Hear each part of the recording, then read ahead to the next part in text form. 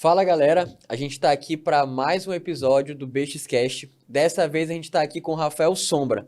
Rafael, que é gestor da Mahogany Cosméticos e da Fotossombra. Rafael, um prazer estar te entrevistando aqui, cara. Muito obrigado por ter aceitado o convite. É uma honra estar aqui com vocês, Márcio, nessa oportunidade, né? E falar de empreendedorismo, falar de negócios desse ano de 2024. Já estamos no começo do ano, né? Sim. Que promete ser muito desafiador e estou aqui para contribuir e aprender com vocês também. Com certeza, com certeza. Eu tenho certeza que essa conversa vai ser muito agregadora.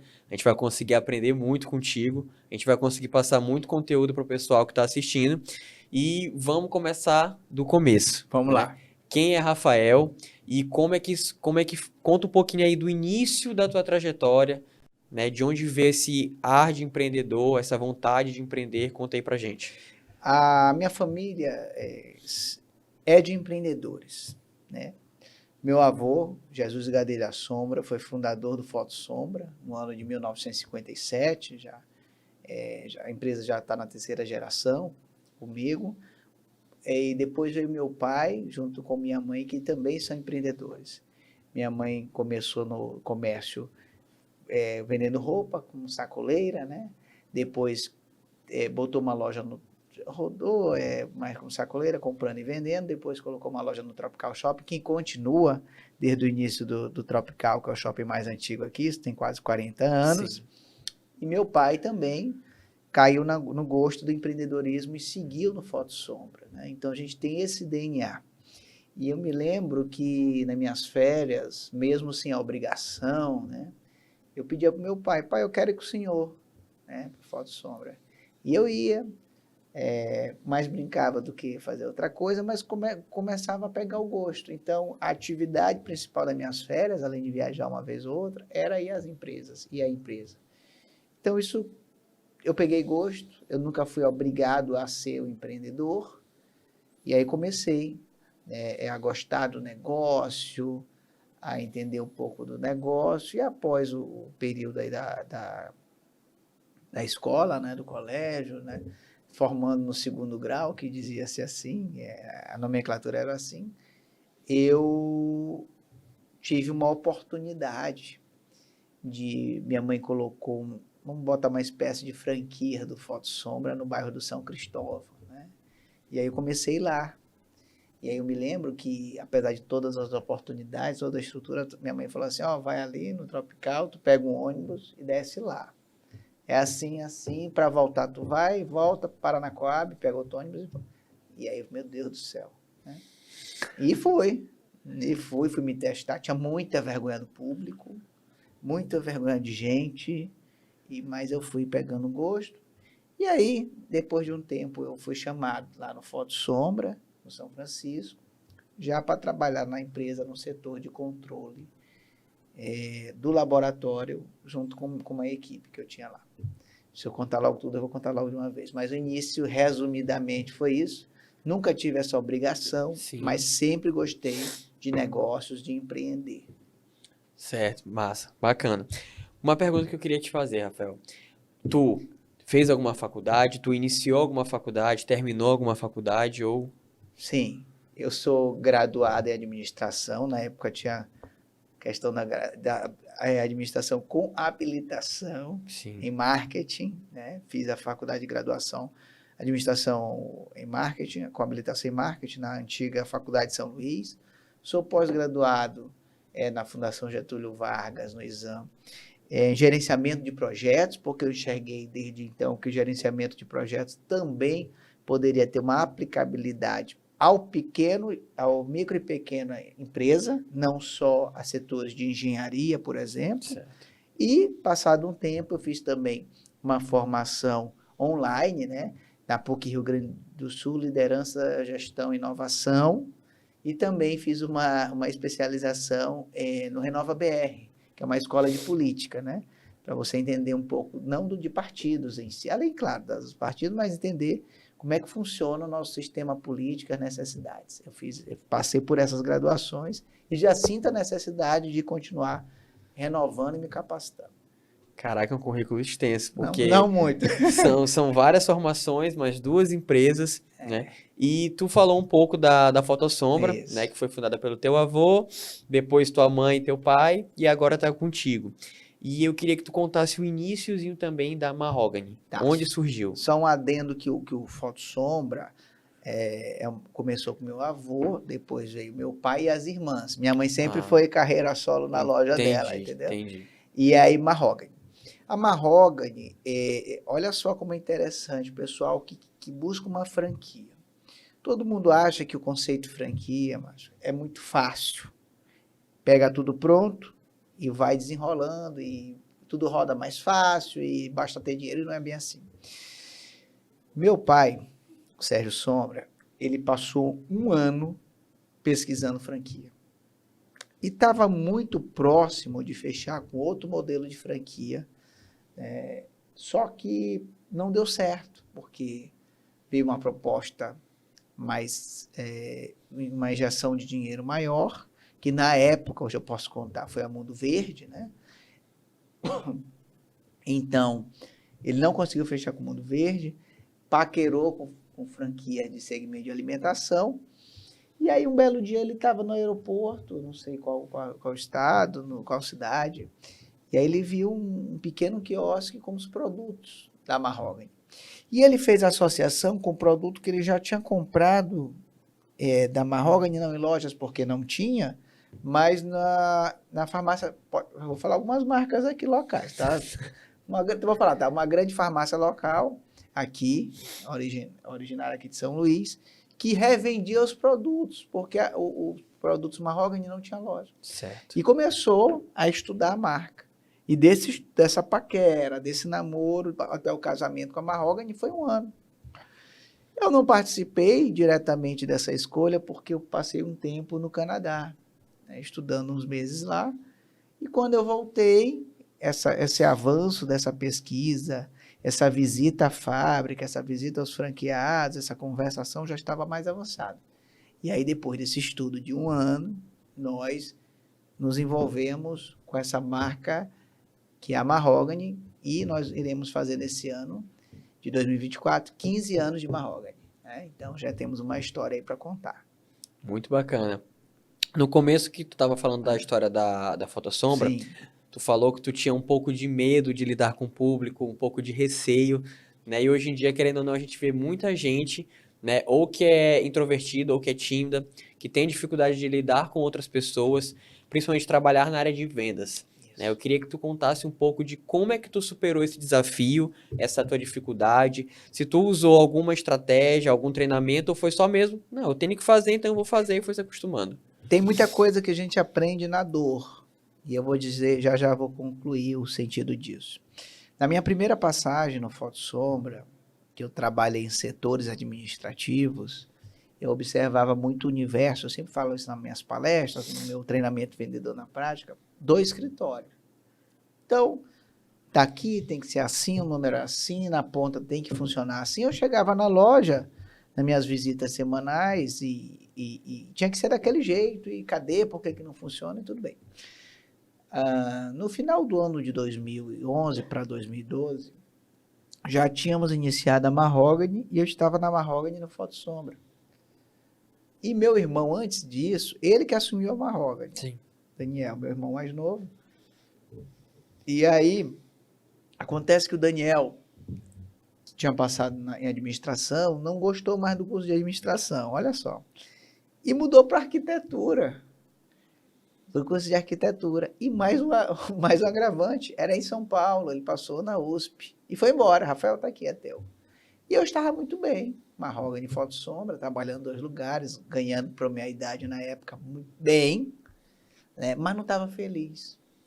Poxa, aqui no Foto Sombra, se eu vou chegar até aqui, não quero criar atrito mais com meu pai, com a diretoria, com as tias, mas eu não consigo mais colocar o meu DNA aqui nesse negócio. Eu vou até aqui, daqui eu não vou conseguir passar. Entendi. Não tem problema, eu vou ter uma loja da Mahogany, que era no São Luís, é a nossa primeira loja, continua lá. Mas eu vou me testar quanto empreendedor. E aí, como eu te falei, na dor. Eu me lembro que o primeiro dia que faltou uma vendedora, eu que tive que ir para a loja. Atender e vender. não sabia passar cartão, não sabia atender. E com isso, com essas coisas do dia a dia, que eu tive que me testar. Então não teve, no meu caso, não teve psicologia, não teve terapia, não teve, foi na dor. Eu tive que ir lá fazer, né? E a partir de então, eu comecei a desenvolver as minhas técnicas específicas, o meu formato de treinamento com o time e mostrar que mesmo você sendo um franqueado, tendo que respeitar a franquia, você pode colocar o seu estilo e sua cultura. E daí começou esse meu lado um pouco mais vendedor. Bacana. Isso prova porque hoje em dia a gente vê muita gente querendo iniciar qualquer tipo de projeto e a pessoa foca muito em teoria. Não que a teoria seja ruim, Claro, tem que ter, né? exato, mas tem algumas coisas que a gente só vai aprender na prática, fazendo, lutando, aprendendo com o erro, aprendendo com a dor, como foi o teu caso, Claro. né? E hoje em dia a gente sabe que é muito importante a pessoa saber vender, independente da área que ela seguir. Seja ela empreendedora ou CLT, ela precisa saber vender. É uma habilidade que todos têm que ter, independente da profissão, né? Sem dúvida. E eu queria que tu desse algumas dicas para o pessoal que está querendo desenvolver essa área de vendas, que a gente sabe que é super importante. Então, o que que as pessoas podem fazer para serem mais persuasivas na hora da venda, conseguir converter melhor os seus clientes, fidelizar os seus clientes, vendendo bem, né? Atendendo bem. Isso tão é verdade que há anos atrás você jamais olhava um médico vendendo serviço, Sim. né? Era até um código de ética, não sei o quê, um advogado falando dos seus serviços.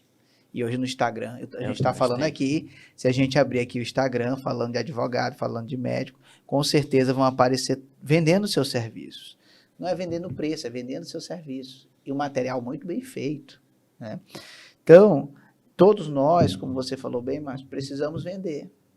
Independente de qual função e qual atividade nós estejamos exercendo. Pessoa que vai para uma entrevista de trabalho, está vendendo, né? Então, a dica é o seguinte, conheça bem seu produto ou serviço, tenha um diferencial, que seja, e diga uma coisa tranquilamente, o atendimento ainda é sim um grande diferencial, né? A gente acha que não, não, todo mundo atende bem. Não, não é, a gente está numa cidade, não só São Luís, mas várias cidades, polo, né, até mais desenvolvido em São Luís, tem atendimentos muito ruins. E quem tem um bom atendimento é o que a gente fideliza. Sim. Né? Independente se é o cara do aplicativo, se é a pessoa da barbearia, se é a pessoa da loja. Então, ele tem algo ali que vai além do atendimento e de algum diferencial que ele te proporciona, né? Por exemplo, na minha base alimentar, né? A gente consome muito clara, gema, ovos em geral. Tem uma pessoa que vai entregar o produto na minha casa, eu não compro no supermercado, né? Mas por que eu preferi ele? Porque ele tem uma história de vida legal, porque ele tem comprometimento, ele tem responsabilidade, ele vai na Ceasa, escolhe os ovos selecionados, ele tem um diferencial. Sim. Então, se o cara cobra R$2, R$3, 5 a mais, eu vou dizer, mas esse cara faz um trabalho fantástico, ainda deixa de bicicleta na minha área, entendeu? Então, cada um tem que buscar, Márcio, seu diferencial, e às vezes tem que ter muito cuidado. Quem tem loja, quem tem um pequeno empreendimento, para não estar afogado em vender só preço, porque é um risco muito grande, né? Seu diferencial é preço, e baixar margem. Às vezes você perde o controle, não sabe o que está fazendo e está só baixando margem, baixando preço. Sim. Às vezes sem necessidade, ou às vezes porque você não quer buscar um outro diferencial. Às vezes falta também agregar valor, né? Muito. Agregar valor é fundamental a um produto, a um serviço, a sua venda, ao seu trabalho, mostrar autoridade, né? Os clientes querem comprar de alguém que tem autoridade. O que é autoridade? Eu estou há tantos anos aqui nessa marca, essa minha água aqui é o produto que eu mais consigo vender, quem comprou não se arrependeu, ter as famosas provas sociais. O que é a prova social, pessoal? Por exemplo, a Mahogany tem um mercado de revenda. A minha revendedora, que foi a melhor revendedora, através da Mahogany, ela já reformou a casa, ela já comprou uma geladeira, ela melhorou o carro, ela comprou outro carro, os filhos estudam na universidade por causa da Mahogany. É a prova social. Sim. É a prova de que aquilo ali dá certo e é Funciona. real. Funciona. É isso. Então você tem que achar um desses gatilhos, né? Uma dessas formas, ou prova social, ou autoridade, ou conhecimento do produto, para poder, ou a degustação, para poder vender mais e ser uma pessoa diferenciada no mercado. Sim, isso que tu falou sobre puxando o gancho da pessoa que entrega o ovo na tua casa, né? Ele traz uma experiência para ti, ele traz querendo ou não um conforto para ti, Isso.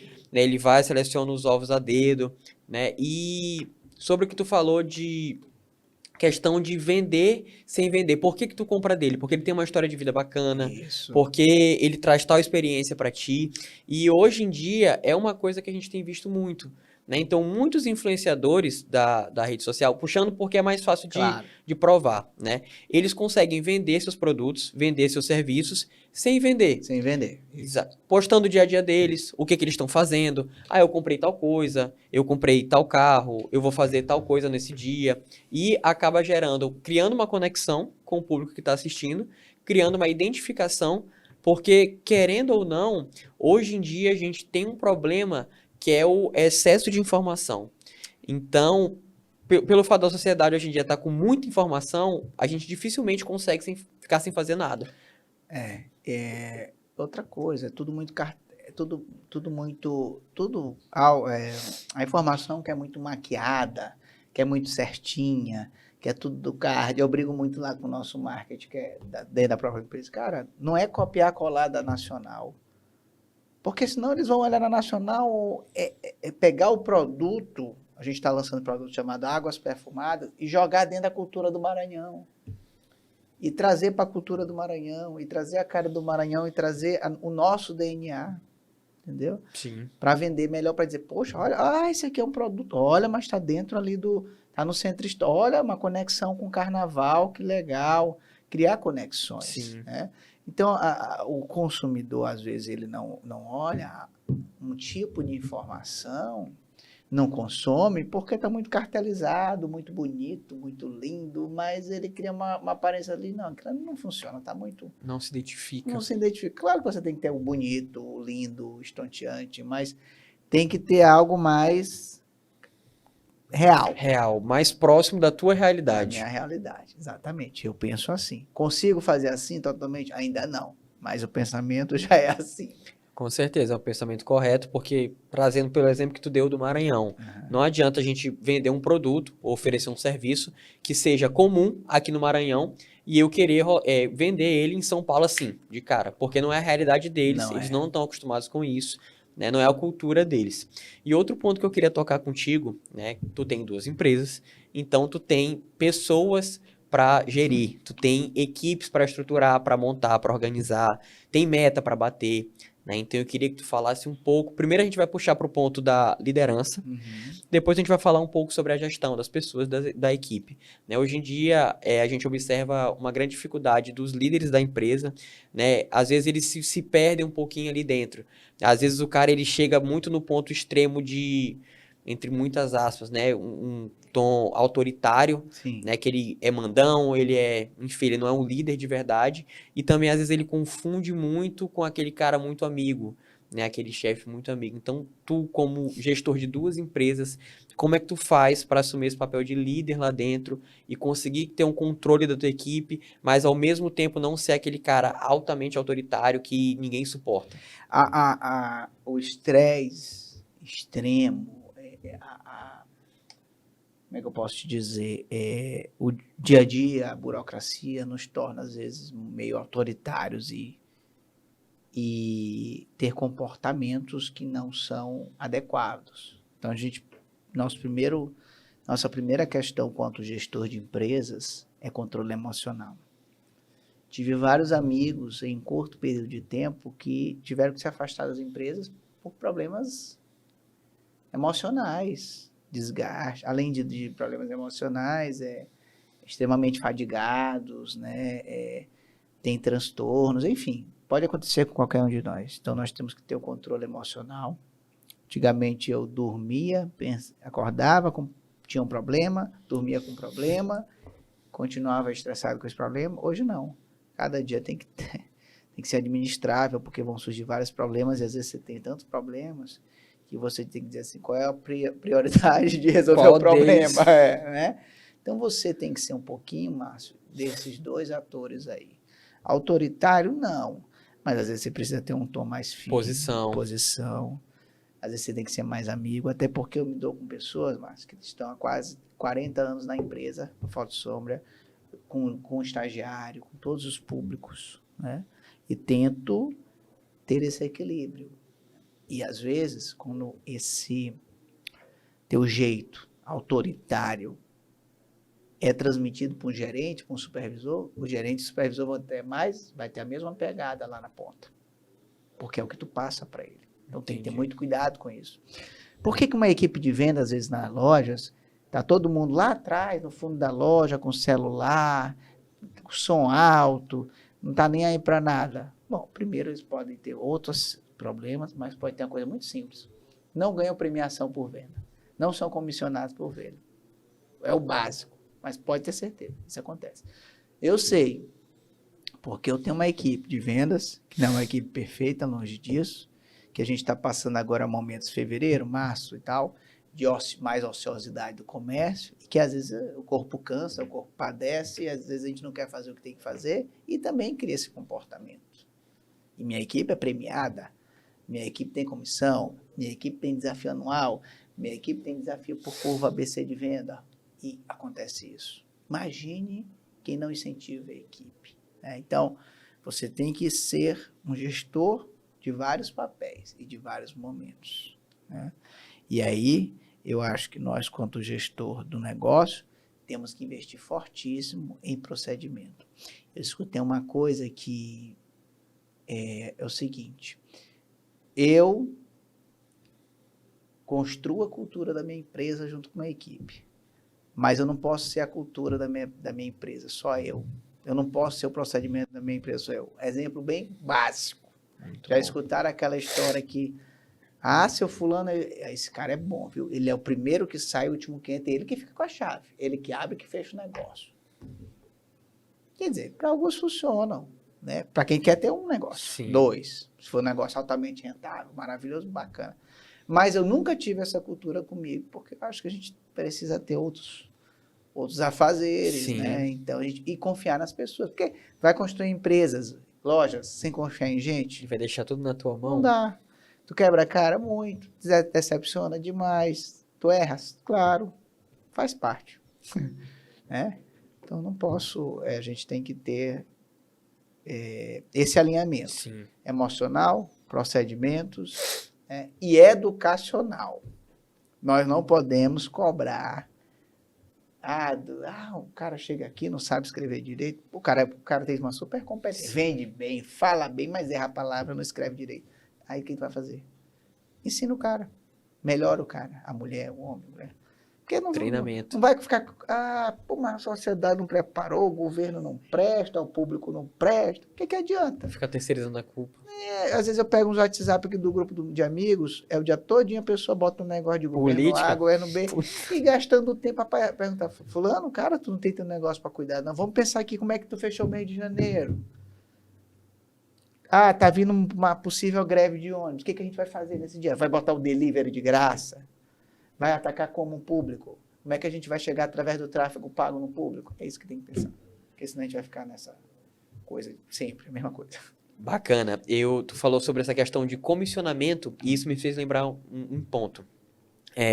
A gente vê hoje em dia muitas empresas que todos os colaboradores, eles realmente vestem a camisa da empresa, né? Então, por exemplo, a empresa conquista uma coisa, o colaborador, às vezes que está ali no nível mais baixo, vamos dizer assim, ele comemora como se a empresa fosse dele, né? Por vários motivos, cultura de empresa, vários motivos, ambiente.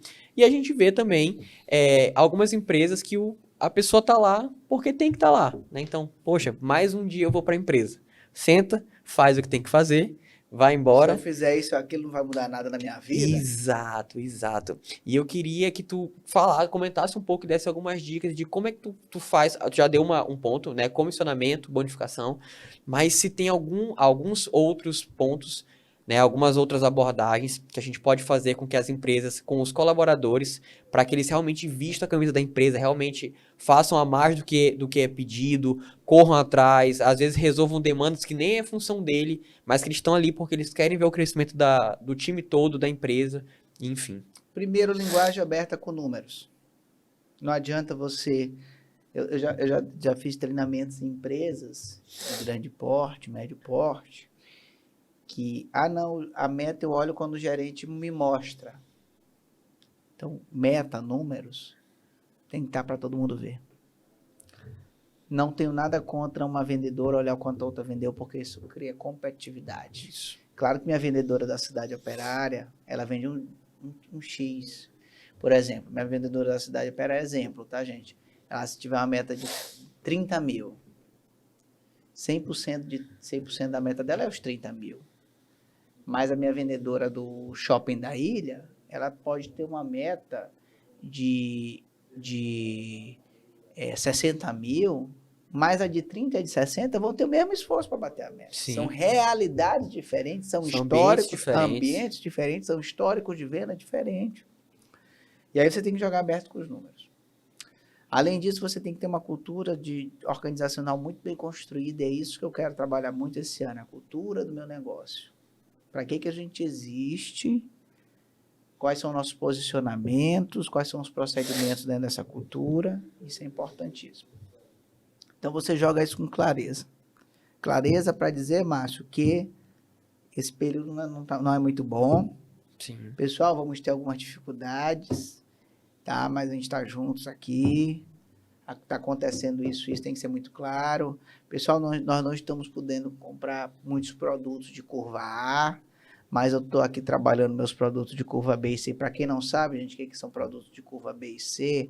São produtos de menor giro, são produtos que tuas vendedoras às vezes têm mais dificuldade de vender porque não é o queridinho, não é o que ela gosta, tecnicamente é mais difícil, mas a gente precisa vender isso aí, porque 20% no produto de uma loja é de curva A, e os 80% que fica lá, vai ficar parado? Não.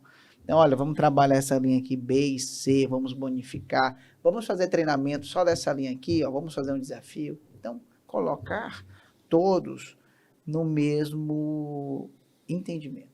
Claro que como eu vou contar essa história para o meu gerente, para o meu supervisor e meu administrativo, é de um jeito. Quando eu vou contar essa história para um estagiário, é de outro jeito. O resultado é o mesmo, mas a linguagem é diferente. Sim. Então, colocar todo mundo numa linguagem própria, próxima, no desafio igual, focados desde já na meta global da empresa. A gente já tem a meta para o ano todo, os desafios, e mesmo atrasado, nós estamos já com o nosso planejamento estratégico, já consolidando isso, trazendo para participar. É tudo perfeito nas nossas empresas? Longe disso. Mas a gente tem que tentar, mesmo às vezes a gente cansado, dizer, pô, já tentei isso, não deu certo, a gente tem que tentar de uma maneira diferente, porque é nossa cultura e nosso entendimento de negócio. Bacana, muito bacana. Eu quero puxar um gancho contigo, né, que tu comentou ainda há pouco, que alguns empresários, né, eu sou o primeiro a chegar, eu sou o último a sair, a chave fica comigo, eu quero fazer tudo que é de importante na empresa é comigo, não vou dividir com ninguém. Né? E aí a gente puxa aquela frase, né? Se tu quer ir mais rápido, tu vai sozinho. Mas se tu quer ir mais longe, tu vai acompanhado.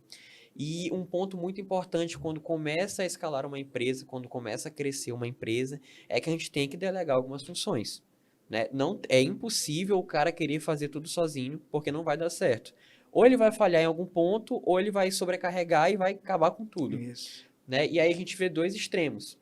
A gente vê o extremo do cara que ele vai até o último minuto para delegar, que é só quando ele tá colapsando, que ele tá com problema emocional, que ele tá, enfim, cara, não aguento mais, eu tenho que passar isso aqui para alguém. E também aquele cara que ele queima a largada. A empresa tá no processo de escala, ele não pode sair colocando gente assim, mas não, minha empresa tá crescendo, tem coisas que ele ainda consegue abraçar, que ele consegue fazer ainda com êxito, mas ele já... Não, isso aqui é pra ti, porque eu sou empresário, então não vou fazer nada. Minha função é passar o dia sentado aqui só mandando nos outros, né? Então a gente chega num ponto de delargar, que a pessoa sai, não, faz isso, faz isso, faz isso, e chega num ponto que a pessoa quer tudo da empresa com ela, né? Só tem colaborador, mas marketing comigo, vendas comigo, não sei o que comigo, né? Então, como é que tu já explicou um pouco que tu não tem esse negócio, né? Mas eu queria que tu desse algumas dicas para os dois lados. Tá, é o seguinte, você, quando coloca uma empresa, primeiro vocês sabem disso, que uma empresa para se consolidar precisa no mínimo de 2 anos. Né? Para se consolidar, para dar resultado, para você sair da linha do ponto de equilíbrio para ter uma lucratividade, claro que durante esses 2 anos você vai precisar sobreviver. Então você está no processo de sobrevivência. Nesse processo de sobrevivência dos 2 primeiros anos, você tem que fazer o máximo para ser a pessoa que faz quase tudo. Né? Até minha segunda loja foi São Luís, depois o Ilha. O meu escritório era no mezanino do São Luís Shopping e eu fazia tudo. Às vezes atendia, fazia os pagamentos, fazia algumas publicações, fazia as compras, fazia tudo isso até ter 2, transferia a mercadoria entre lojas, me movimentava, fazia ação de venda fora da minha loja, porque eu descobri que às vezes você indo numa empresa do pessoal da AGE, que é a Associação dos Jovens Empresários, você tinha um resultado melhor do que passar um dia no shopping, descobrir técnicas, descobrir o jeito. Até lá, era eu sozinho. Eu não pensei em ter mais gente. E aí, quando eu vi que o negócio estava aumentando, tinha possibilidade de aumentar, a empresa começava a entrar numa rentabilidade melhor, eu contratei uma pessoa para fazer todo o meu administrativo. E a gente vai avaliando esse crescimento, como é que pode ser, né? Como é que pode lidar com pessoas. Então, aí eu comecei a ter um equilíbrio de delegar mais. Depois eu pensei em graus gerenciais para as empresas, que eu também gerenciava. Aí, quando teve mais um negócio, a gente vai se estruturando, vai aprendendo, né? Vai consolidando o quadro. Claro que chega um momento que você quer ser o cara, o empresário, quero para isso, para aquilo, mas aí quando você vê o orçamento, não dá. Porque é muito fácil, Márcio. Você terminar dezembro, faturou bem, bateu meta de Natal, do Dia das Mães, você acha, pô, aqui, vamos fazer isso, vamos fazer aquilo e tal, não sei o que e tal. Só que vira igual a palestra motivacional que a gente assistia antigamente. Tu começava a primeira semana lá em cima e depois ia caindo. Por quê? Seu fluxo de caixa, você vai de dezembro para janeiro, tá lindo, bacana e tal. Aí quando chega fevereiro, março, você vai caindo na real. Por quê? Porque a venda não é mais a mesma, tu tem que pagar os boletos do fornecedor, que é parcelado. Então você tem que ter esse equilíbrio. E a sanidade mental de entender que vai ter meses ruins e que você vai ter que se preparar para os meses ruins também. Né? Então, é um equilíbrio dentro disso aí. Você tem muita vontade de ter uma baita equipe, mas você tem que saber o momento e as funções disso aí. Né? As funções dentro desse negócio. Se precisa, se não precisa. Aí entra outro desafio que você tem que procurar uma ajuda. Quanto é que um profissional igual a mim dentro do meu negócio deve ganhar? Ah, não, vai ser por lucro, vai ser um prolabore, mais participação em metas, em diminuição de despesa. Tem que ter isso muito bem desenhado. Não é assim não, gente. Ah, eu pagar colégio do meu filho. Fulano, manda aí 2, 3 mil, não sei quando, manda 4. Não é assim. Não é assim que a pessoa acaba misturando PF com PJ. Demais. Acontece muito até hoje e é um grande risco. Bacana. Tu falou sobre metas de vendas, tu falou sobre meses ruins, tu falou sobre dificuldades, e aí eu queria entrar, a gente já falou um pouco de liderança, de equipe, mas eu queria sobre a gestão das equipes, né? Certo. Obviamente, todo empresário, ele tem metas mensais, ele tem metas anuais, né? Ele tem metas semestrais. Só que a gente pensa uma coisa, a gente faz uma previsibilidade de uma coisa, mas nem sempre as coisas saem conforme a gente planejou. Sim. Né? Então, como é que tu consegue ali com a tua equipe, né? Galera, a meta do mês é essa. Pô, batemos. Galera, massa. Mês que vem, a meta é essa. Galera, não batemos. Né? A gente sabe que, querendo ou não, por mais que a gente saiba que tem meses bons e tem meses ruins, o nosso psicológico não é 100% blindado. Então, às vezes dá, poxa, cara, não bateu uma meta e vai apertar um pouco aqui, a gente vai ter que comer essa margem aqui, né? Então, como é que tu lida com isso? Realmente, mas fazendo análise do cenário, a gente, como você falou, a gente traça um plano e esse plano precisa mudar. Por exemplo, eu vim de um janeiro muito exitoso na minha revenda, no meu varejo nem tanto, né? Teve um crescimento, a gente esperava mais, vamos fazer os ajustes agora nas equipes, tem que trazer de novo a equipe mais para perto, porque a gente vai para meses bem complicados, a gente sabe disso. Então, a gente tem que criar nesses momentos, formas de oportunizar a venda. E daí entra a importância do digital, do tráfego pago, bem feito. Tráfego pago, pessoal, vocês conhecem, para quem não conhece, é o gestor das tuas redes sociais, que você, através dos investimentos, você vai buscar o público que você precisa, mas não é assim, ó, amanhã começou o mês, opa, daqui 15 dias, tá... não é assim, é trabalho, é construção, é funil de venda, é perfil de público, tudo isso. E aí você tem que trabalhar essas estratégias. Por que que minha empresa tem um programa de fidelização e só 20% dos clientes são cadastrados? Estou lá com a base. A pessoa está ociosa em loja, vamos atacar esse público. Por que que eu estou criando os contatos, os leads para as lojas e está demorando o atendimento do vendedor? O vendedor está lá na loja. Tem um sistema, não vai fazer nada, ele só vai atender o cliente. O que está acontecendo? Então, você tem que oportunizar essas outras estratégias. E junto a isso, ir nos teus fornecedores, ir no shopping. E olha, tem condição, meu amigo, esse aluguel aqui. Olha quanto eu estou vendendo. Você sabe, você lê minhas vendas aí todo dia. Está caindo. Vamos negociar esse aluguel esse período. Despesas, estratégias diferenciadas de venda. Vamos ali fazer uma ação com empresas, né? Vamos participar de feiras, vamos fazer alguma coisa. Vamos montar uma pop-up para rodar produto de curva ABC, vamos fazer um outlet da Mahogany, alguma coisa a gente tem que fazer. Massa. Tu comentou um pouco sobre tráfego pago, e aí eu vou puxar um pouquinho aqui do gancho do digital. A gente sabe que hoje em dia a concorrência na maioria dos nichos está muito grande, né? Então tem muita empresa, tem muita gente prestando serviço A, serviço B, serviço C. E a gente sabe que o que vai diferenciar primeiro lugar, autoridade. Segundo lugar, a gente tem que ter prova. Não adianta o cara ser bem posicionado no digital se ele não tem prova, se ele não tem autoridade. Mas a gente sabe também que o bom posicionamento dentro das redes sociais é de fundamental importância. Porque às vezes a pessoa tem um ótimo serviço para prestar, de ótima qualidade, tem um produto muito bom, mas às vezes está vendendo menos do que a empresa B, que tem um produto inferior, pelo simples fato de não aparecer, porque o digital hoje em dia é a vitrine. Isso. Né? Então, dá uma dica aí para o pessoal que tem empresa, mas que tem uma certa dificuldade em se posicionar no digital, ou às vezes considera isso como um gasto, porque a gente que trabalha com digital vê muito, não, marketing, eu vou gastar 4 mil. Chega um mês ruim aí, bora logo cortar o marketing. Exato. Eu sempre já fiz isso também.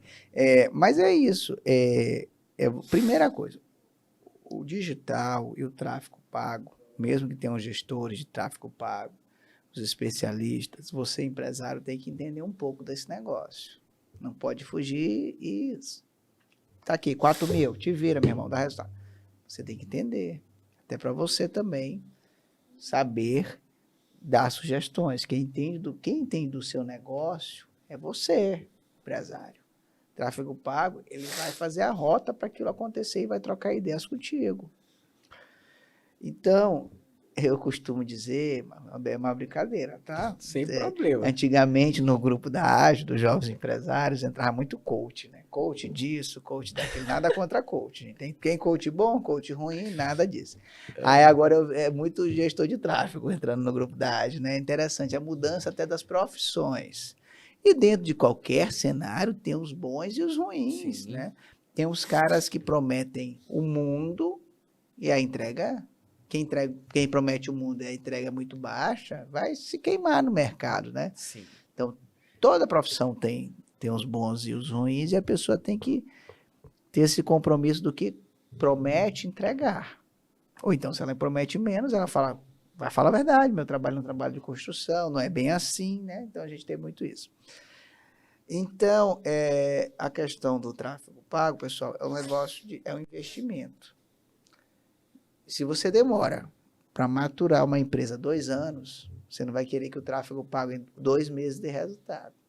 É igual uma gerente minha que diz, não está chegando cliente na loja. Aí eu perguntei, quantos contatos foi para a tua loja?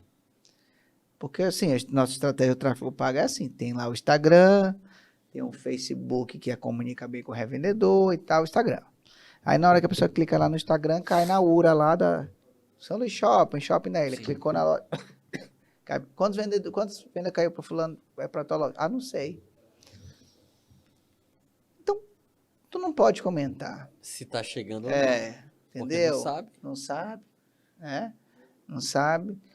Tem um site que é diretamente ligado numa loja. Quantas vendas fez pelo site que é direto na loja? Não sei.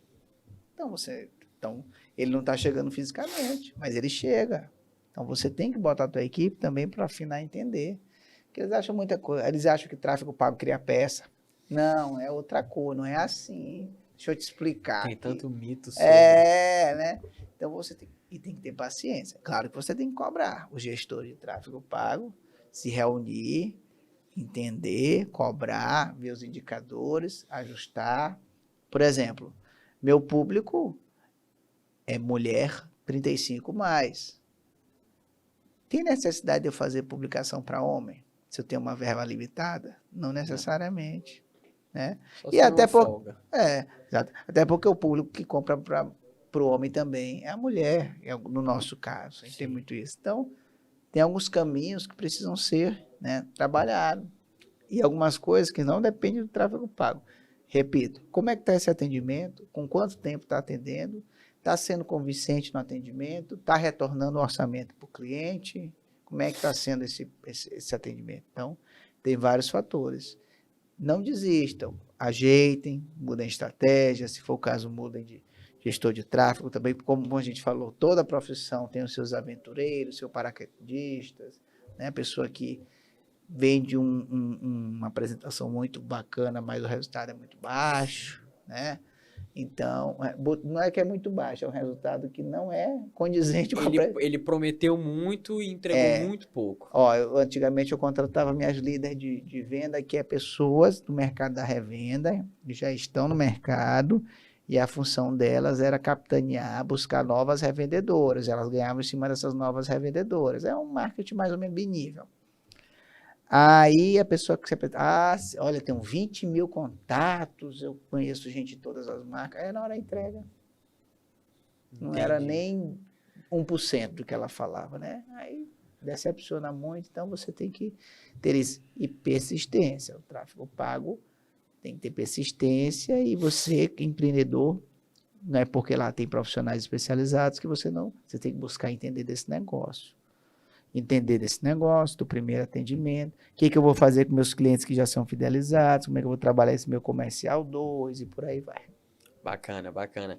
Tu tocou num ponto que tu falou assim, olha, por mais que tu tenha uma equipe, tu tenha um prestador de serviço, tu precisa entender, tu focou no tráfego pago. Isso. Mas a gente sabe que o cara que ele é empresário, que ele tem empresa, ele precisa ter habilidade em várias áreas. Nem que seja o básico do básico, ele precisa saber, né? E como é que tu conseguiu desenvolver essas habilidades? Primeiro ponto, como é que tu desenvolveu? Porque tem marketing, vendas, tudo. Financeiro, tudo, tem que saber tudo. O cara tem que ser bombril, 1001 utilidades.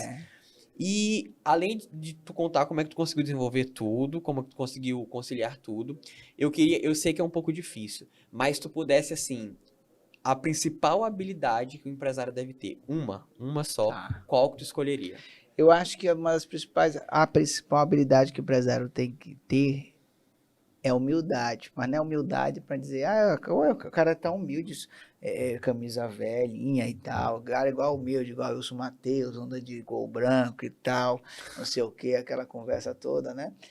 Não é que eu não acredito, mas ele tem seu avião para rodar as lojas tudo, porque senão era impossível, né? Obviamente, é normal e é natural, e é um cara que a gente tem que tirar o chapéu. Humildade para buscar gente melhor em cada área. Foi uma coisa que o próprio Wilson Matheus fez. Quem é o cara da panificação do Brasil? É o cara do pão de açúcar. Quem é o cara do hortifruti que sabe a fulano de tal? Porque tu não sabe tudo. Então, por exemplo, mas sai caro. Depende. Vou dar uma dica. Quando você está no meio de associação, uma associação, né? Como eu faço parte da AGE, tem que puxar a sardinha para a Associação dos Jovens Empresários. Lá tem várias soluções. E às vezes numa conversa, a pessoa te entrega o que tu precisa.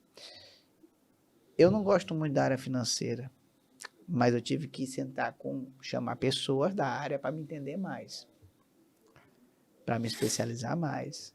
Eu não sabia muita coisa, eu não sei muita coisa do marketing digital, do tráfego pago, mas me desafiei a ir para São Paulo, fazer algo que eu nunca me imaginava fazendo, não bati sino, não gritei, mas eu fui lá participar do Conrado Adolfo, tem muita coisa interessante, né?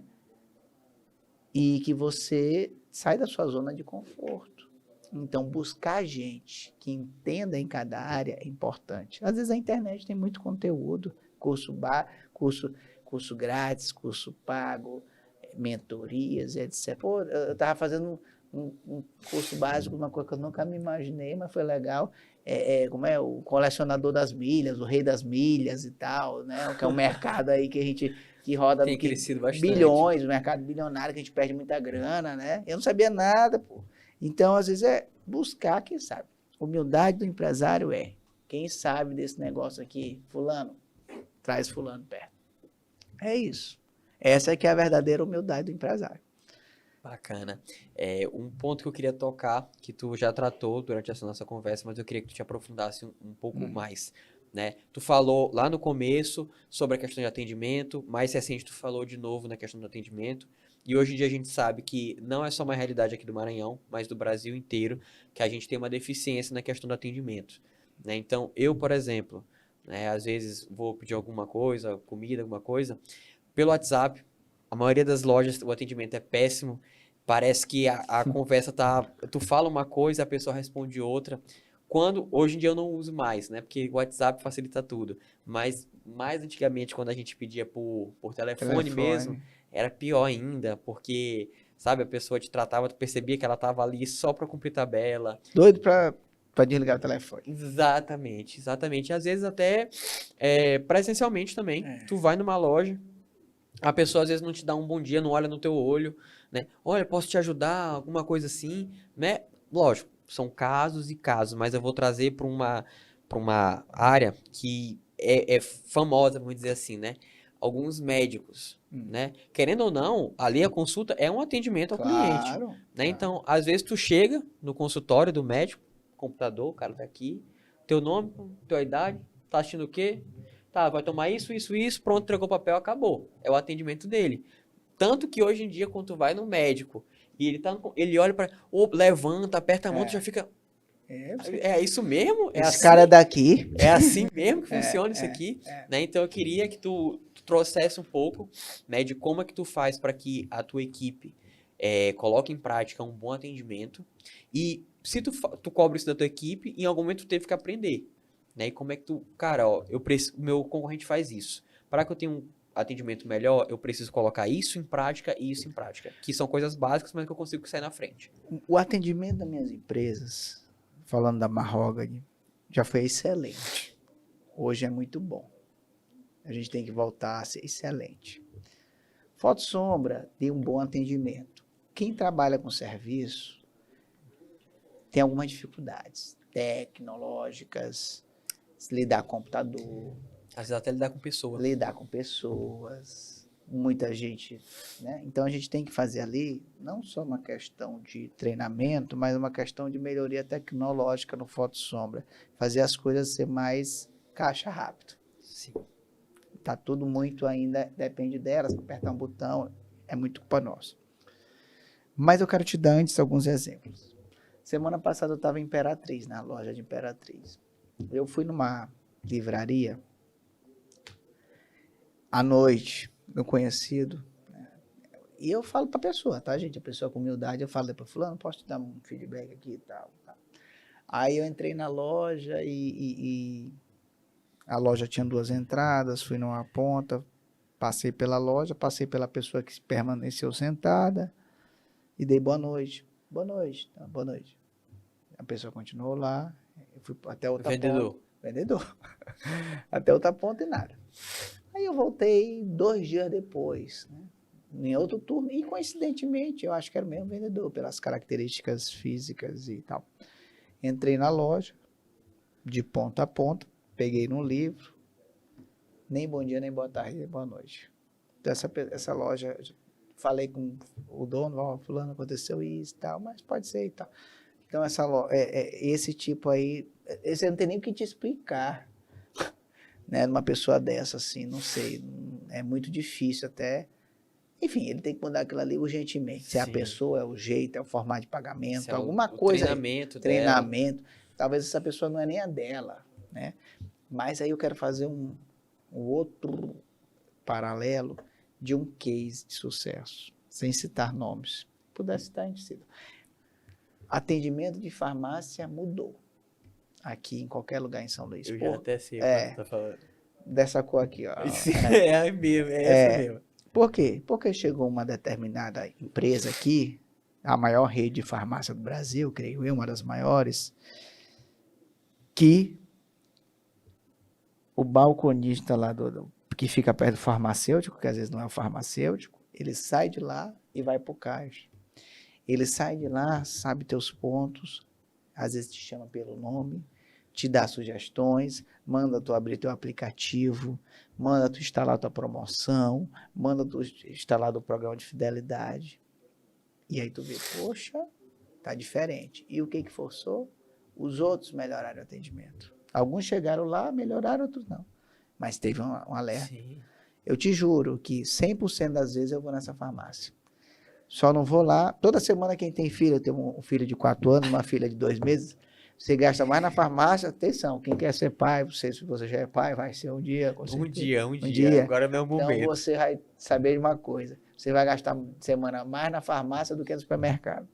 E aí você cria essa fidelização. Eu 100% vou nessa farmácia por tudo isso que eu te disse, pela experiência. Então, além de tudo, você observa bons cases.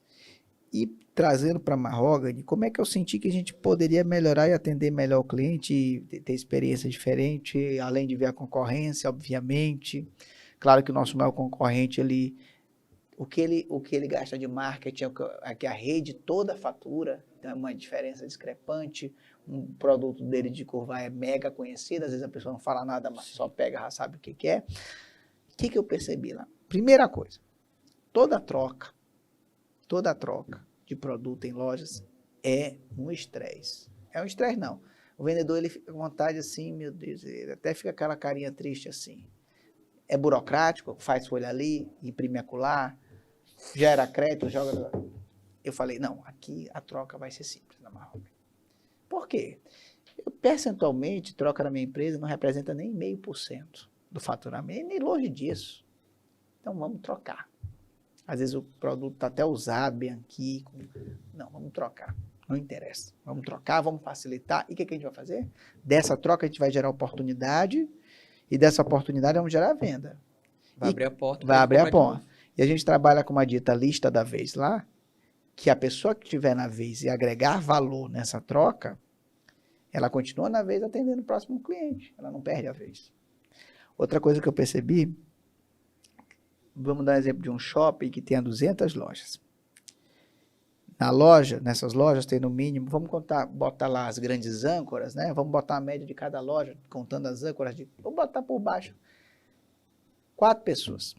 Nós estamos falando de um público de 800 pessoas. Fora a limpeza, fora a administração, fora os lojistas, que dá 1.000, uma cidade. E aí eu percebi que quando você entrava de fardinha lá na loja, então a pessoa te olhava assim, esse aí veio já usar, uma expressão que usa muito na venda. Não tem dinheiro para gastar. O que eu fiz? Todo mundo, macho, que trabalha no shopping, da limpeza, do guarda, do lojista, tem desconto nas minhas lojas. E eu tenho uma briga eterna com minhas equipes se elas não falam disso.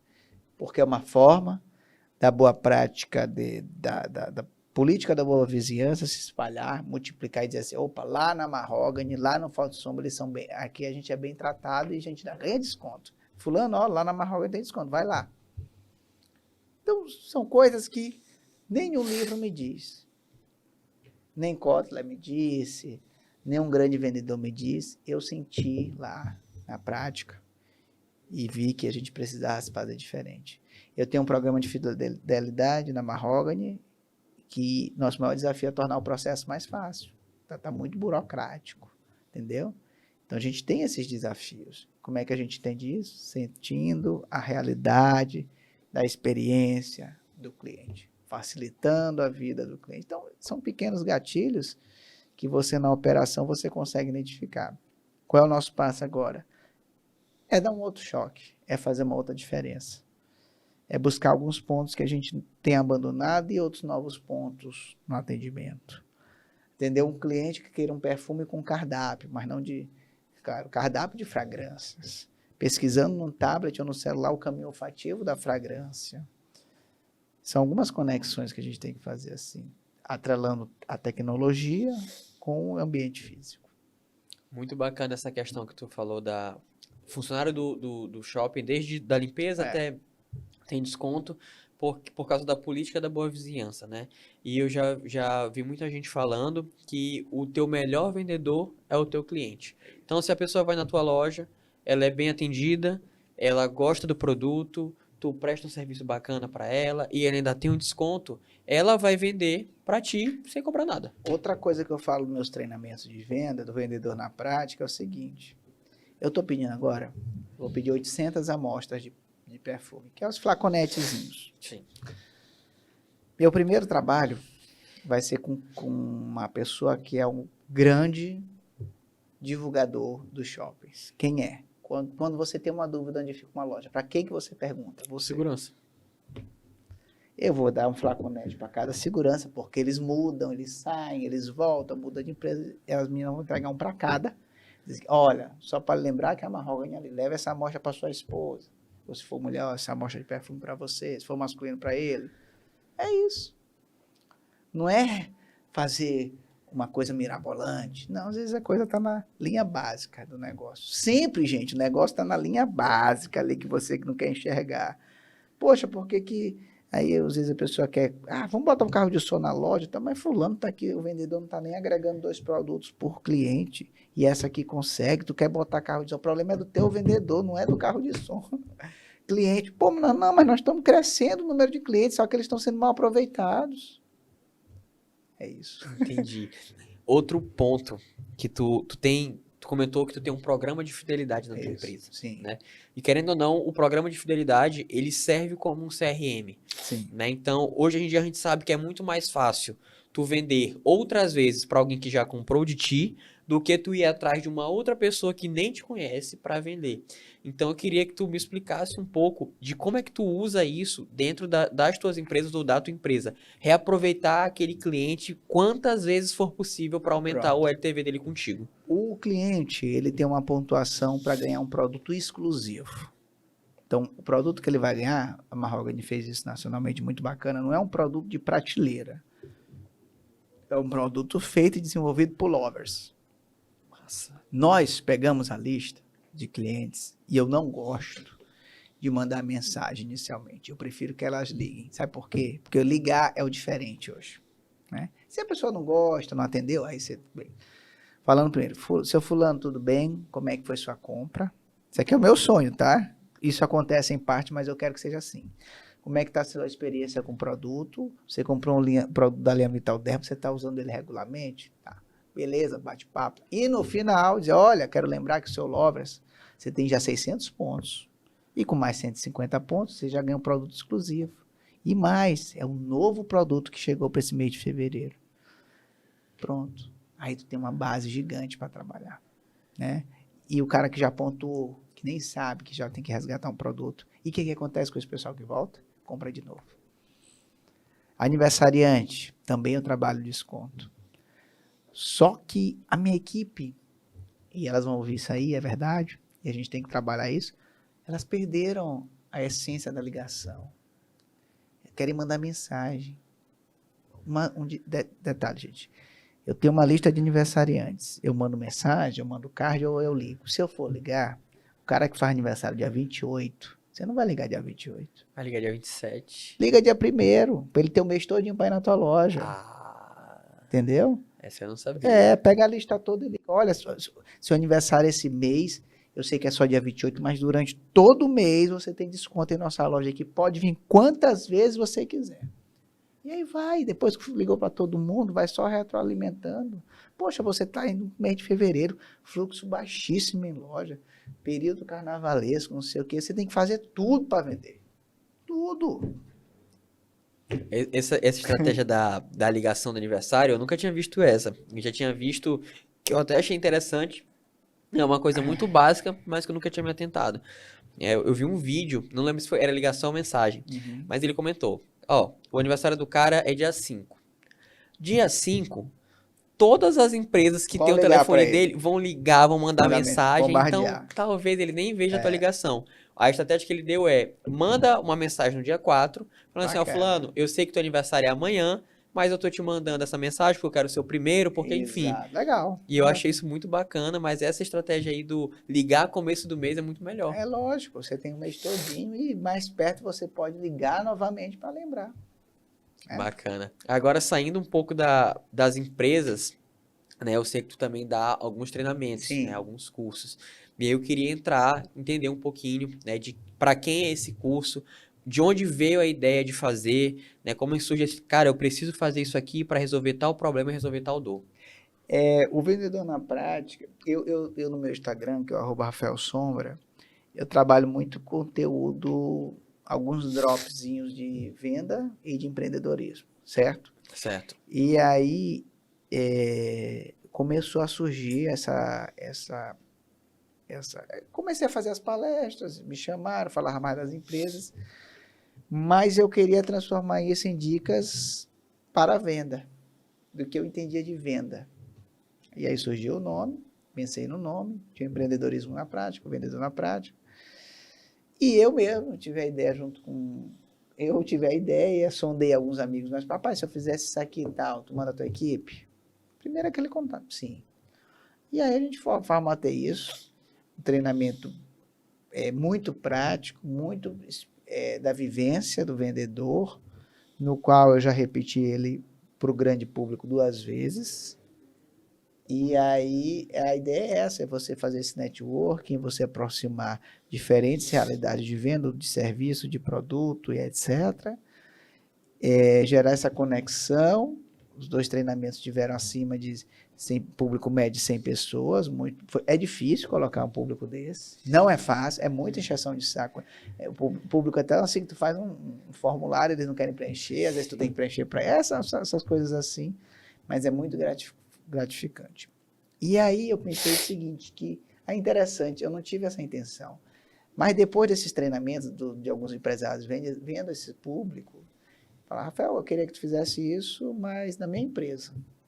E aí me deu essa ideia de fazer esse treinamento mais dentro das empresas, que você pode trabalhar mais o conceito de cada empresa. Eu basicamente coloco 20 temas, a pessoa escolhe, quero esses 20 temas ou quero 10 temas. Eu faço uma pesquisa com o time antes do treinamento, alinho com a diretoria, o que eles querem, depois trabalho o time, faço uma pesquisa pós-treinamento e em alguns casos que é feito, eu gero um relatório básico da equipe, mas muito focado no vivencial. Do meu primeiro treinamento para o meu último treinamento, já tivemos algumas mudanças de tecnologia, de conceito, de fala. Entendi claramente que a venda pelo WhatsApp ou pelas essas plataformas tinham que estar no meu treinamento. Com certeza. Entendeu? Então, você vai alinhando essas necessidades. Então, a gente trabalha esse tipo de treinamento, eu gosto de falar isso, às vezes, muito baseado nessa realidade e nas mudanças do mercado. Bacana, muito bacana. E agora, partindo mais para um lado um pouco pessoal, Sim, né? claro. Muita gente tem dúvida de como é a rotina de um empresário, de um empreendedor, né? A gente sabe que, enfim, tem vários níveis de empresário, então quando o cara está no começo da empresa dele, obviamente a vida dele vai ser trabalho, Claro. trabalho, trabalho, empresa, empresa, empresa, mas a gente sabe que também chega um ponto, depois de muitos anos de esforço, de trabalho, que ele já começa a ficar, não é ficar sem fazer nada, né? Mas assim, ele já não tem mais necessidade de ficar das 6 da manhã até as 10 da noite na empresa dele. Ele já tem um pouco mais de liberdade geográfica, de liberdade de tempo, né? Então eu queria que tu contasse para mim hoje em dia um pouco da tua rotina, como é que é a rotina de um empresário que tem que gerenciar duas empresas. 2 filhos. Porque assim, a gente sabe que uma empresa já não é fácil. O tanto de demanda, o tanto de problema que aparece, imagina duas. Pois é, a gente realmente, com o tempo, eu já tenho mais de 20 anos nesse mercado, no segmento do varejo, da revenda também, do atacado, nós vamos evoluindo e o corpo vai precisando, como é que eu posso dizer também? A mente vai precisando se evoluir também, né? É inalcançável para mim essa rotina, esse ritmo sem uma atividade física. Então, isso para mim é prioridade. Correr, ir para academia, às vezes vou ao tênis também, é prioridade. Estilo da alimentação também é prioridade. E a família também. Hoje eu tenho 2 filhos, né? No qual eu tenho um apoio na minha casa de um pequeno escritório que eu demando e trabalho de lá, certo? Em horários programados. Eu, alguns sábados, eu estou no trabalho, eu estou com a família. Gente, não é quantos dias você está na empresa, é o que você tem para fazer. Eu recebi uma mensagem semana passada que eu nem acreditei. A pessoa dizendo, teve um dia, semana passada, que foi problema de transporte, né? Teve um caso aqui muito sério de violência e o transporte teve um problema. A pessoa dizendo que teve que liberar R$8 para fulano de tal pegar Uber. Eu falei, fulano, me traga problema grande, pelo amor de Deus, nem me fala um negócio desse, eu estou viajando, o que é que eu vou fazer? Não me traz isso, né? Então a gente tem que estar focado em resolver coisas macro, transformadoras do negócio. E aí você, empreendedor, tem que estruturar a tua equipe para resolver pequenas coisas. Ó, qual é o limite? Gerente, até de R$100 aqui no caixa, resolve, depois presta conta. Se tiver alguma coisa aqui fora, a gente conversa. Não vai comprar um computador amanhã para a loja, trocar tudo, não. Tem que dar os limitadores. Sim. Então, tento dosar isso. Ainda levo muito trabalho para casa em alguns momentos, tenho que dosar mais. Acordo muito cedo, 4h30 da manhã, que eu gosto, né? Só que para acordar 4h30 você tem que dormir cedo, você tem que alinhar atividade física. Antes de trabalhar, quando eu tenho algum projeto, uma palestra, quando eu tenho uma aula para ministrar em pós-graduação, para o servidor público do município, porque às vezes eu trabalho algumas aulas, enfim, eu preparo esse meu conteúdo nesse horário bem cedinho, que é o horário que a mente está melhor, né? Depois atividade física, depois trabalho. Um dia na semana eu tento ser rigoroso em parar as lojas, visitar com alguns objetivos. E aí, além disso, você tem que fazer prospecção, às vezes você tem que ir ao banco, resolver as broncas do dia a dia, e tem que ter muito cuidado quando essa burocracia te toma. E acontece muito, você está muito inspirado no começo do ano, começa bem tímido, e as coisas vão te afundando assim, você tem que ter cuidado para se reavivar, né? Com certeza. Tanto que às vezes quando eu vou para a Imperatriz, para as lojas, eu estou muito focado em lojas e consigo ver outras oportunidades que aqui eu não consigo ver porque eu estou muito aqui enraizado. Isso é ruim. Entendi.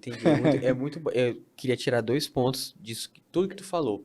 Né? O primeiro ponto, tu falou assim, não é quanto tempo tu fica na empresa, é o que tu precisa resolver. Então, às vezes a gente vê, o cara tem uma empresa, só que aí ele acha assim, não, para eu conseguir escalar minha empresa, para eu conseguir crescer, eu tenho que chegar aqui 6 horas e sair meia-noite. Aí, às vezes, ele chega às 6 horas, sai meia-noite, e na cabeça dele, não tem, quer dizer, não tem problema, né? Mas a maior parte desse tempo que ele ficou de 6 à meia-noite é um tempo ocioso, né? Ele trabalha, aí ele, tá, beleza, vou ficar aqui, aí fica lá 2 Pega horas. O celular. Aí fica. Sendo que, às vezes, ele nem tem tanta demanda assim. Se ele chegasse lá 6 da manhã e resolvesse tudo até 10 da manhã, galera, ó, o que eu tinha pra fazer, tô fazendo, tô saindo. Porque a galera coloca muito a cabeça em quantidade do que em qualidade. Isso. Então, às vezes, se o cara 2 horas de foco total naquilo ali, ele resolveria, mas como ele fica disperso, 10, 12 horas no escritório, numa empresa, né? E outro ponto que tu comentou sobre a rotina, né? Então, às vezes, lógico, tem alguns momentos que a gente tem que ir para níveis extremos, Claro. né? Quando tu tá num momento difícil da tua empresa ou no começo da tua empresa, Isso. tem que sacrificar algumas coisas, né? Só que tem alguns empresários, alguns casos gerais que eu vejo, que a empresa já está muito bem encaminhada, a equipe já está bem estruturada, tem diretores, tem gerentes, está tudo correndo bem, mas o cara, ele tá naquela, não que seja ruim, né, mas ele tá tanto naquela obsessão de eu preciso ganhar dinheiro, eu preciso escalar minha empresa, eu preciso crescer, que às vezes ele abre mão de um tempo com o filho dele, então ele perde o crescimento do filho dele ali, É ele isso aí. perde o momento com a família, às vezes tem um familiar dele que, querendo ou não, já tem uma certa idade,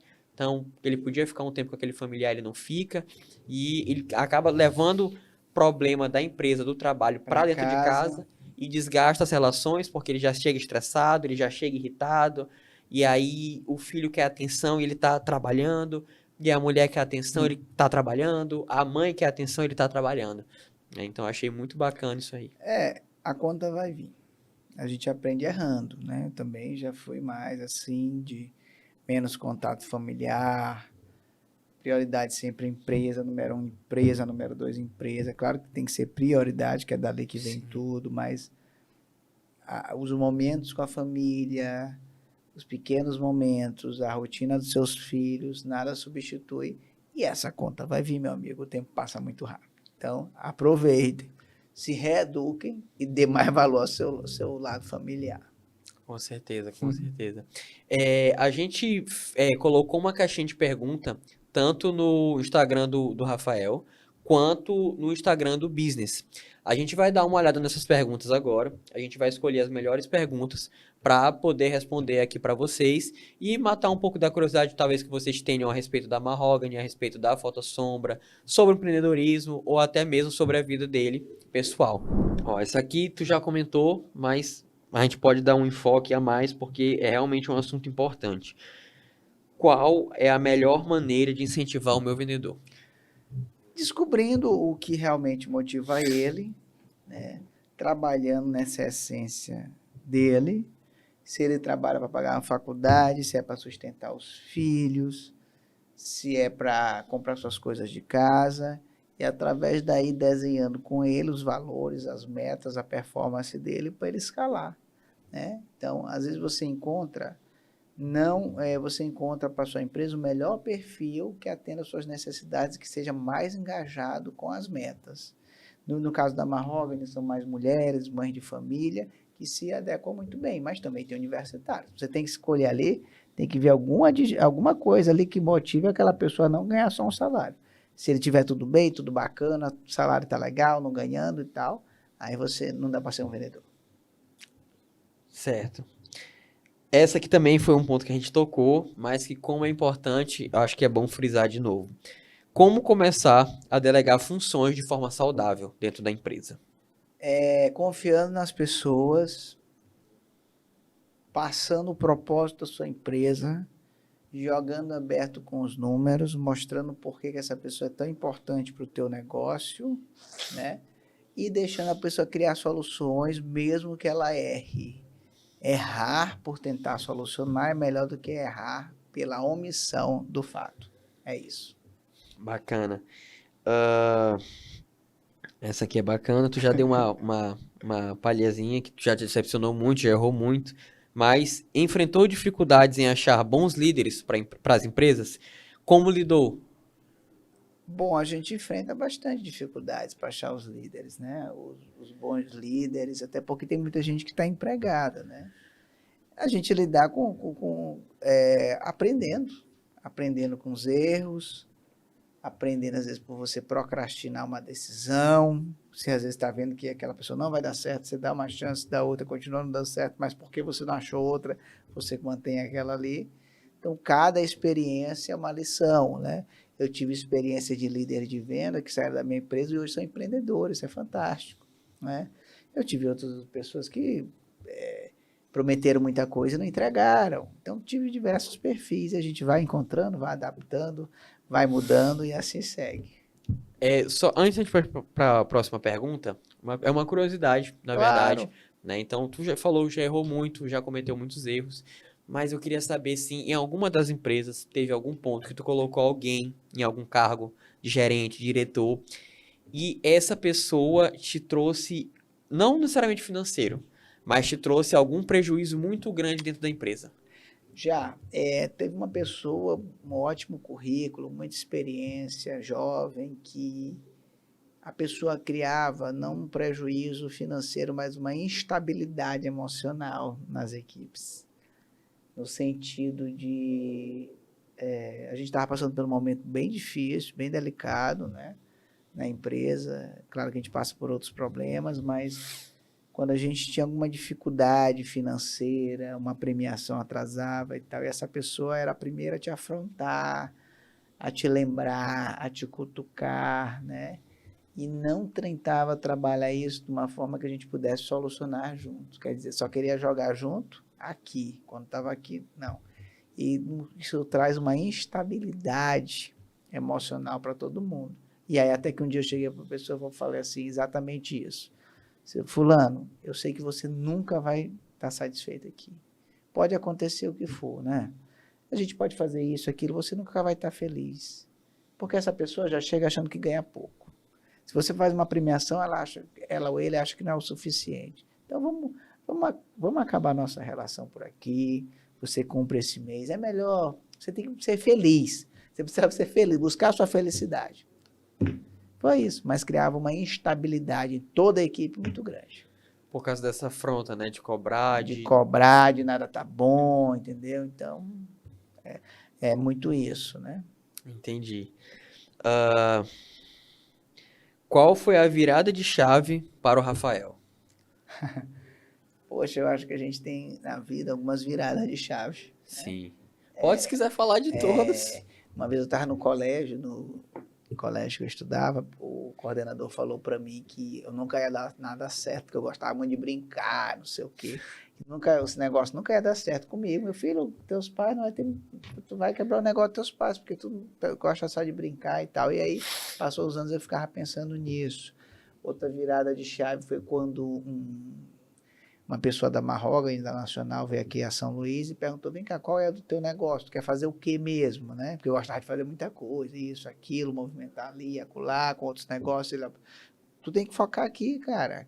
Tem que estar mais focado no teu negócio para dar resultado. Olha isso aqui. Mais uma virada de chave, que eu tive que me concentrar no negócio. Quem é um empreendedor não tem, às vezes, ninguém para te chamar atenção. Então, às vezes, a gente precisa, né, sair do nosso pedestal, né? A outra virada de chave é quando eu tive meus filhos, quando eu casei com minha esposa, quando eu tive meus filhos, que a tua estrutura e tuas motivações são diferentes, né? Então, a gente passa por muitas viradas de chave, né? Então, cada momento a gente passa uma virada de chave diferente e a gente tem que estar adaptável e estar disposto a aprender o novo. Bacana, bacana. Queria puxar um gancho disso aí também, né? Quando a gente vai começar um novo projeto, quando, enfim, abrir uma empresa, qualquer coisa, né? Sempre tem a galera do não vai dar certo, isso não é pra ti, tu vai bater cabeça, mas não vai pra frente, né? Então eu queria saber se tu já falou do professor, mas assim, se teve essa galera aí quando tu assumiu o negócio de, cara, não vai dar certo, vai falir os negócios do teu pai, é melhor tu vender isso aí, e como é que tu lidou com tudo isso? Eu sempre tive isso, das pessoas dizerem que não ia dar certo, né? Quando eu ia abrir alguma loja da Mahogany a mais, eu sentia que de primeiro passo, a minha mãe, por ser muito conservadora nesse sentido, falava assim, pelo amor de Deus, isso não dá certo e tal. Aí eu mudei minha estratégia, eu negociava tudo, e só no final eu contava para ela, não, olha, surgiu uma mega oportunidade e tal. Então eu dava as caras, né? Então sempre tem essas pessoas que dizem que não vai dar certo. E às vezes não dá mesmo, às vezes eles estão certos, tá errado não, né? Estão certos. Por exemplo, quando eu fui fazer o vendedor na prática, eu tinha certeza que muitos não acreditavam, né? E até na forma que eu construí, no contato direto. Então, é legal trabalhar com as adversidades e você provar que algumas coisas podem sim dar certo, algumas experiências. Quando eu comecei a fazer a revenda da Mahogany aqui, eu fui um dos pioneiros, eu fazia a revenda dentro da minha loja. Varejo e o revendedor ia para a mesma loja, só que começou a ficar muito complicado. E eu não tinha dinheiro para ter um outro ponto. E minha mãe tinha um mezanino da loja dela, Tropical, que eu aluguei dela. Dei um jeito de montar lá no mezanino da loja. E muita gente achou que não ia dar certo. Ela também, por um momento. Ajeitei o local e deu certo. Entendeu? Então, às vezes, você tem que ter coragem. Claro que você tem que ter estudo, tem que ter estudar, é parte, tudo mais. Mas você tem que ter esse espírito que pode dar certo e, às vezes, de uma forma simples. Nada tão, né? Viabilizar o negócio e depois melhorar ele. Bacana, show de bola. Ah, Eu tenho uma pergunta aqui, posso ler? vou fazer só mais Faz essa, essa aí. e aí Tá. a gente responde essa. Qual é a principal dica que o Rafael pode dar para alguém que está começando uma empresa? Bom, a principal dica que eu dou para quem está começando uma empresa, muito cuidado com essa decisão primeiro, se você vai ser físico ou digital. Às vezes o digital atende muito bem a tua necessidade, não precisa alugar uma loja, não precisa você ter um super estoque. Se você consegue, primeira coisa, eu quero ter um negócio. Pergunta para quem tu vai vender. Segunda coisa, qual é o pequeno teste que você pode fazer da venda desse produto ou serviço? É no bairro? É com tua família? Vê a capilaridade disso. Teve? Legal. Começa vendendo um pouco. Faz o que as startups fazem, um mínimo produto viável, né, um MVP. E daí começa a ver essa tua forma de crescer, que não necessariamente é montar uma loja, é ter uma grande avenida, às vezes tu, com uma entrega mais bem feita, um atendimento personalizado, tu ganha mais. Ah, não, beleza, o negócio cresceu, eu quero ir para uma loja física. Tá? Faz o cálculo, vê quanto é que tu vai ter que aumentar a tua venda para ter nessa loja física. Então, um passinho de cada vez. Se você conseguir vender bem, arrebentar no teu mercado digital, que é difícil uma loja online, é uma loja, tá? Mas se você tiver uma boa interação com isso, começar com custo menor, legal. Se você for começar com uma loja física porque precisa, estuda, vai lá bater cabeça, vai lá meio-dia, vai lá segunda, vai lá terça, vai lá sábado, conversa com o público que passa lá, pergunta, o que é que falta aqui? Você compraria isso? Faz lá, pesquisa tete a tete, não é só abrir lá no site, que é legal, planejamento da loja, o plano estratégico, montar lá bonitinho, passo a passo, que é bacana, é importantíssimo, inclusive o Sebrae tem alguns ótimos, mas vai vivenciar aquela área. E às vezes aquela área você gosta muito, mas a área não abraça aquele produto ou serviço. Tenha cuidado, paciência, não vai pelo romantismo, que eu já fiz muito isso, não vai pela correria, estuda e veja a melhor oportunidade. Bacana, show de bola. Vamos ver a que tu tinha aí para mostrar? Tá. Como Fotossombra sobreviveu em meio à evolução da era digital? É uma pergunta que eu também me faço Isso todo é muito dia. bacana. Nós tivemos um mercado destruído, não existe mais no mundo pouquíssimas lojas de fotografia. Então a gente é uma empresa hoje de molduras e imagens. No final dos anos 99 para os anos 2000, a tecnologia digital veio fortemente. Então a pessoa deixou de revelar o filme, é como você tem uma padaria e não tem mais pão, por exemplo. É como a locadora, que não tem mais locadora. Então, Acabaram. Tudo acabou. Hoje, os cases principais de fracasso, de insucesso, é Kodak, que foi a terceira marca do mundo, né? Terceira maior marca do mundo em dado momento. Então, a gente se adaptou buscando produtos com afinidade com a imagem. E é isso que a gente continua tentando fazer. A gente acredita hoje muito mais no Fotossombra, com alguns pontos de atendimento, porém com um serviço, uma central de atendimento mais alinhada com o cliente, com a entrega, com o conceito de já montar pelo site, enfim, a gente tem que saber que o mercado mudou muito, né? Então você tem que atender dentro da imagem, que não é mais fotografia, alguns segmentos. Hoje a gente tem uma molduraria, fazemos grandes impressões, fazemos lápides, uma série de coisas para suprir a queda do nosso maior produto. Então, a gente tenta, dentro de um processo muito difícil, né, reinventar o negócio. Essa curiosidade eu tinha, né? Eu tinha muito tempo, eu olhava a Fotossombra e falava, caramba, hoje em dia é tudo digital. Hoje em dia, O que é que eles estão fazendo lá, meu Deus? raramente tu revela pra uma Isso. ocasião especial, tu quer, enfim, Uma né? foto do filho. É uma Coisas coisa assim, vai dar um pontuais. presente pra alguém, coisas bem esporádicas. Não é como antigamente, que eu lembro que antigamente, quando eu era criança, todo mês eu tinha que tirar foto 3x4. E no teu período já estava caindo, né, o mercado, né? Pois é. Todo Mas mês. aí é se reinventar de um produto, de um conceito que não existe mais. É você refazer um negócio. Em meio a um bombardeio de coisas, a uma série de dificuldades, funcionários de muitos anos. É só vivendo na prática vocês verem lá o desafio, mas é muito assim, tá? Eu queria puxar esse gancho de como é que sobreviveu ao É. digital, né? Eu lembrei do podcast que a gente gravou na semana passada, que foi com o Vitor, da Overcome Suplementos. Ele contou um pouco. Conheço o Vitor. Conhece? Ele estava Conheço. aqui semana passada, a gente gravou com ele. Ele contou um pouco de como que foi, como é que a empresa dele conseguiu segurar a pandemia, né? A gente sabe que cada nicho eles empenham de uma forma. Então, para o nicho de saúde, entre muitas aspas aqui, né, para não ser interpretado errado, foi muito boa a pandemia, É. porque o pessoal conseguiu faturar muito, lucrar muito, né? No caso do Vitor, ele até pegou um pouco do gancho que ele até contou aqui pra gente. Mas para a Fotossombra, eu queria que tu, puxando esse gancho de como é que sobreviveu, como é que vocês lidaram com o período da pandemia? Primeira coisa é que nós tivemos que, na dor, novamente, fazer o nosso site vender. Fazer um acordo com o cara da entrega, do delivery. Isso aí paga 3% do faturamento, 5% no máximo. Entendeu? Não deu nada, mas a gente iniciou um caminho que nós nunca mais paramos, que é o do digital, do online, da entrega. É isso. Para suprir um pouco esse baque, né? Para respirar um pouquinho. Mas foi muito difícil. A gente tinha que, nesse período, mandar a produção lá, com todos os cuidados, para tirar os pedidos do cliente. Além disso, se a gente falar da Mahogany na época, quem ajudou a gente sobreviver no mercado foram as revendedoras.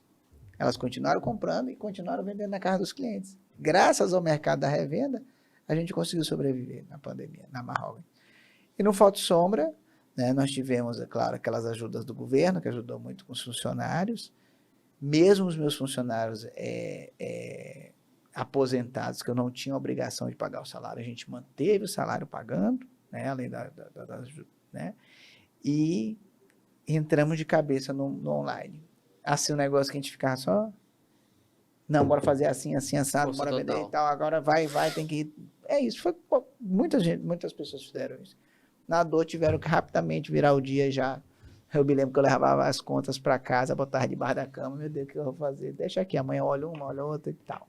E depois a gente vai negociando. Foi mais ou menos assim. Isso é a prova de que o empresário e a empresa em si, ela precisa aprender a se adaptar. Às vezes o Sim. cara ele é muito, não, eu não vou mudar isso aqui. Há 20 anos eu abri essa empresa e desde quando eu abri assim, eu não abro mão, Eu não sou mudo. muito disso, eu era muito emocional, né?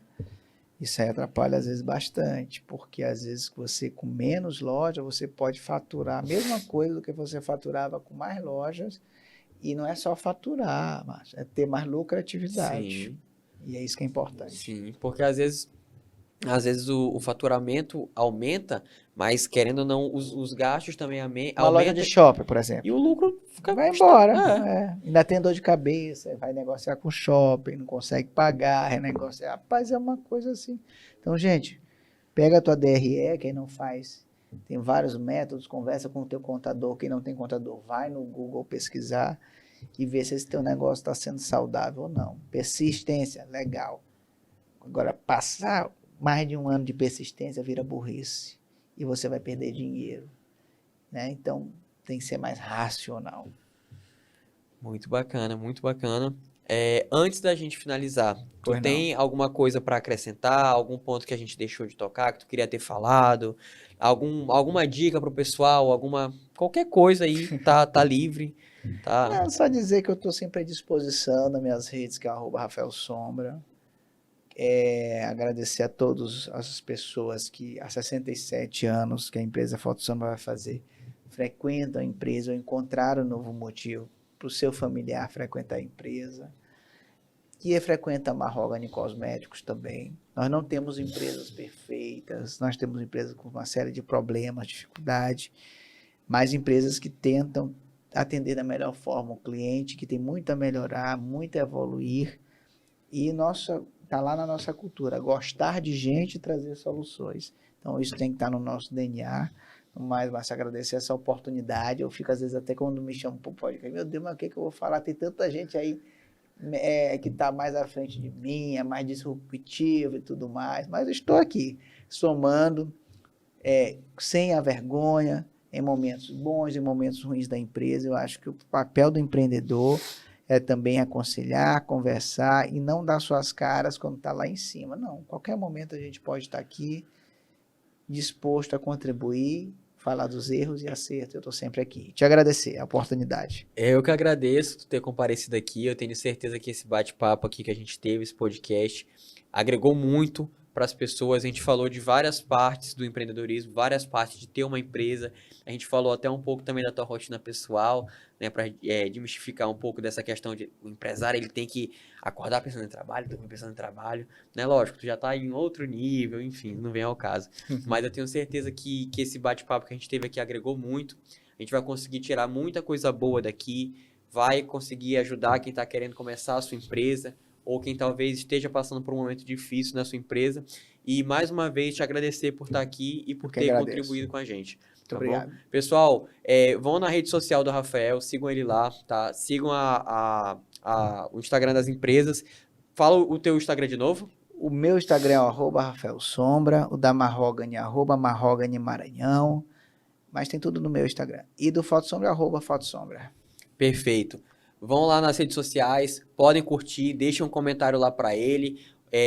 Se inscrevam aqui no canal também para vocês não perderem outros podcasts. Deixa o like aqui, deixa um comentário falando o que tu gostou, o que a gente pode melhorar, tá? Vão também na rede social do Business Experience, @Business Experience. Lá tu vai estar por dentro de todas as informações, a gente retira alguns cortes dos podcasts que a gente grava, tá bom? E conto com vocês aqui no próximo episódio. Tamo junto e muito obrigado pela atenção.